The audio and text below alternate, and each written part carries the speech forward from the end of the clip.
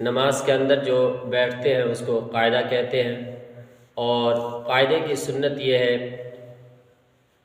کہ بیٹھتے وقت دائیں پیر کو کھڑا رکھیں گے اس طرح، اور بائیں پیر کو بچھا کر اس پر بیٹھیں گے، اور دونوں پیروں کی انگلیوں کو قبلے کی طرف کرنے کی کوشش کریں گے۔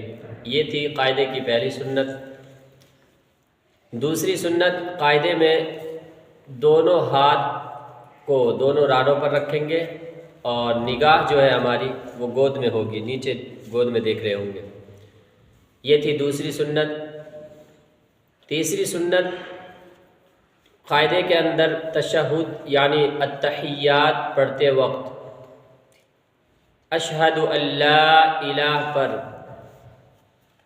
بیچ کی انگلی اور انگوٹھے سے حلقہ بنائیں گے ایسے، اور شہادت کی انگلی کو اشہد ان لا الہ پر اٹھانا ہے، الا اللہ پر رکھ دینا ہے۔ تو پہلے تو یہ سمجھنا ہے کہ التحیات پڑھنا ضروری ہے، واجب ہے، اور التحیات میں بیچ کی انگلی اور انگوٹھے کو ملا کر حلقہ بنانا ہے، گول بنانا ہے۔ شہادت کی انگلی کو اشہد ان لا الہ پر اٹھانا ہے، الا اللہ پر رکھ دینا ہے۔ یہ تھی تیسری سنت قاعدے کی۔ چوتھی سنت، اگر قاعدہ اخیرہ ہے یعنی نماز کا آخری قاعدہ ہے تو اس میں درود شریف پڑھنا بھی سنت ہے، اور پانچویں سنت، درود شریف کے بعد دعائے ماثورہ اللہم انی ظلمت نفسی ظلما کثیرا، یہ دعا بھی مکمل پڑھنا سنت ہے۔